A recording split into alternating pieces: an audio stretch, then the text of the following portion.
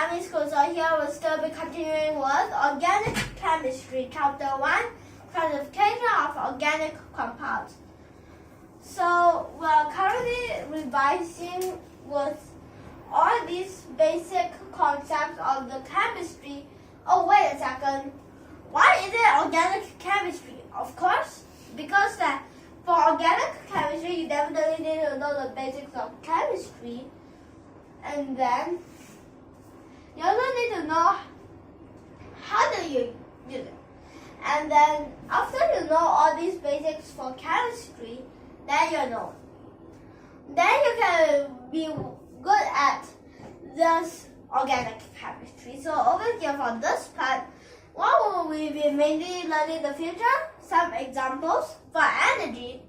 Some of them were as there's the heat energy, aka thermal energy, there's the internal energy, there's the free energy, two types. Then there's the bond energy, last but not least, activation energy.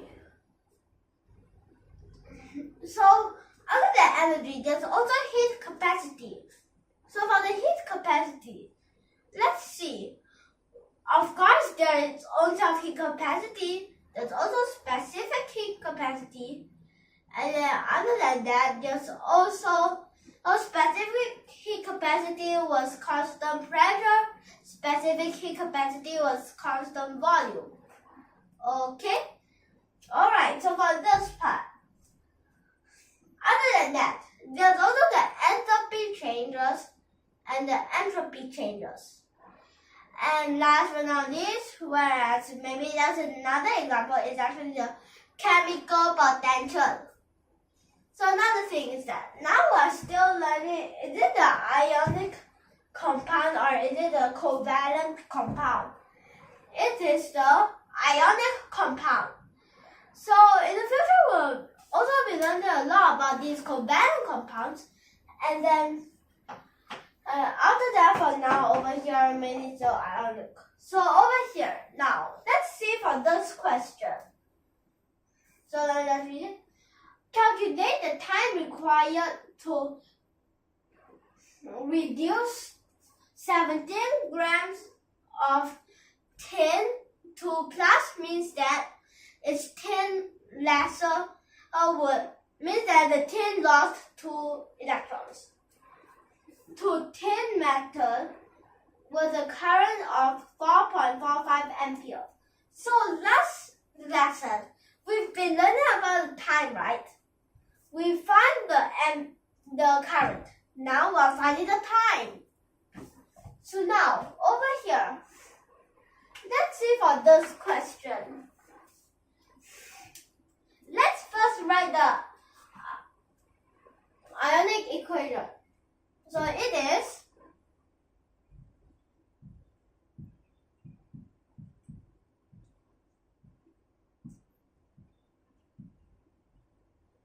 like this. So let's see how shall we do it. First, this part, it is, so over here it is 17 grams. Then this part, how much is it? So for this part, in this case, it's 119. They most probably will allow you to use relate to the periodic table, but sometimes you have to write it. Then for this part, you have, but wait, what's this part called? So for this part, it is called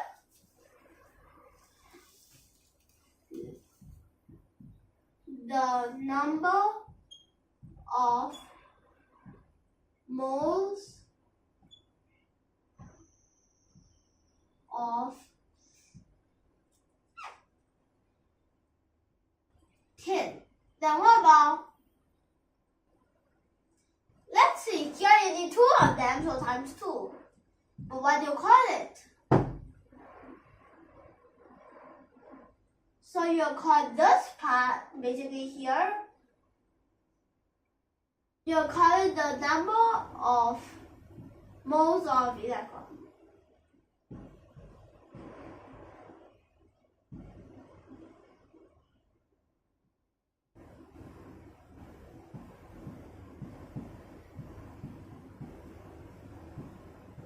And what if you time the Avogadro's number? Whereas it is 6 times 10 to the power of 19.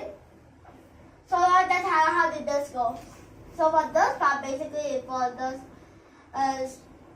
10 is the molar mass of 10, okay? Then this part, it is, wait, it's 23 not. Then for this part times 2 because then you need 2 of them. So it's this whole thing, but what about if you times the, what about you times the Avogadro's number? So if you divide by the Avogadro's number, it becomes the number of moles. So basically you use moles for this chemistry, okay?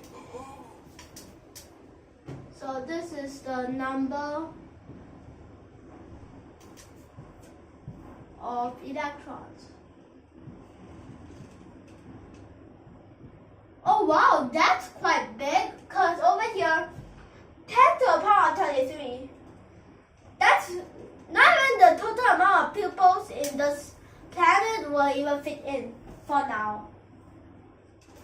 Then what? So this is, wait, it's not electrons,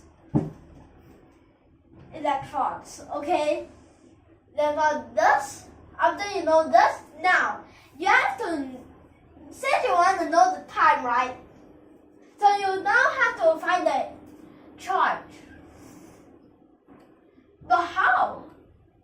You can find it by timing the E. But you know what's the E? Yes. E is 1.6 to the power times 10 to the power of the negative 19. Like this. And then this whole thing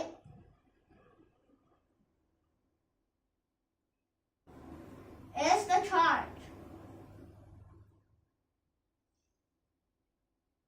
Then in order to find the time, since the current is equal to the charge over time, so what if you switch places? Then the time will equal to the current over the charge.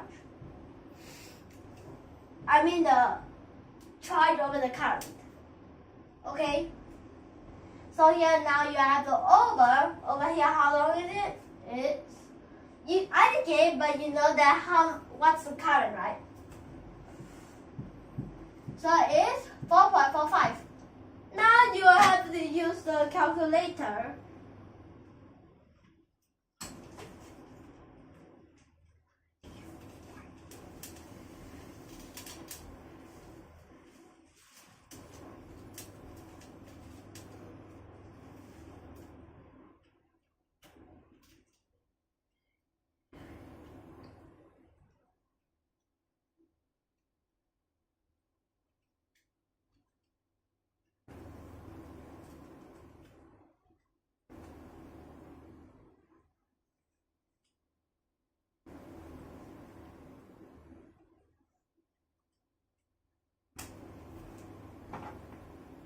So basically it is, so for this Avogadro's number you can use 6 or 6.03, although you will get a different answer but it's still the correct one.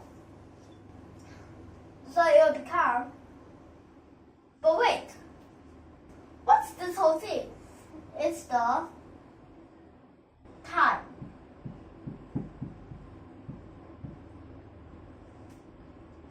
Whereas it is 6163.7. Like this. But wait a second. This part, so for this part it's like this, right? But wait, it's so big.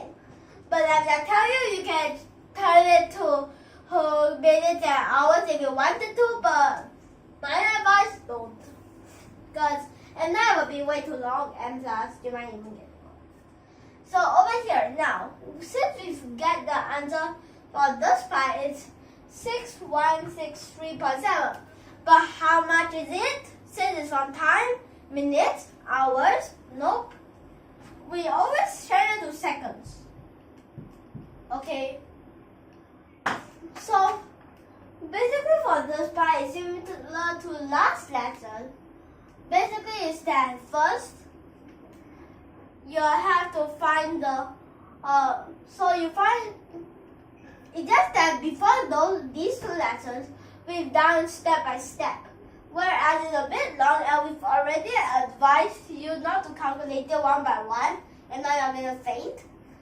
But over here, if you straight away calculate like this, you have to be a bit careful that you have to check all the places and best label it in case you forgot which is for which. Okay, my advice is to label it because that over here, if not you forgot where you at, then wrong. Then over here, so for the first part, you have the mass already, so you can find the moles. Basically, this is the molar mass of tin. Then after that, you have to times these two electrons. Then it becomes the number of moles of electrons times the Avogadro's number becomes the number of electrons times the E, whereas it's for the charge. It's for this part the E times it charge, but it's not the other E. There's two E's. Don't get confused. Okay, so for the two E's, one of them is really the E and the conversion, and the other is the real E, which is the one that we don't want. So for the one that's the conversion one, then that's the one that we need. Then after that, after you times the E, then you have to divide by 4.45, which is the current, as here the charge over the current is the time. So yeah, you got the time. So now we'll end here. Let me just start again. So for these two lessons, we'll still be mainly learning about we'll mainly be revising about the basic chemical concepts. But why? Because that in the future we'll have to use these. So now we'll end here. Next time we'll continue. So if you like our videos, be sure to hit that like and subscribe button below. Tune in for more. Last but not least, thank you for your watching.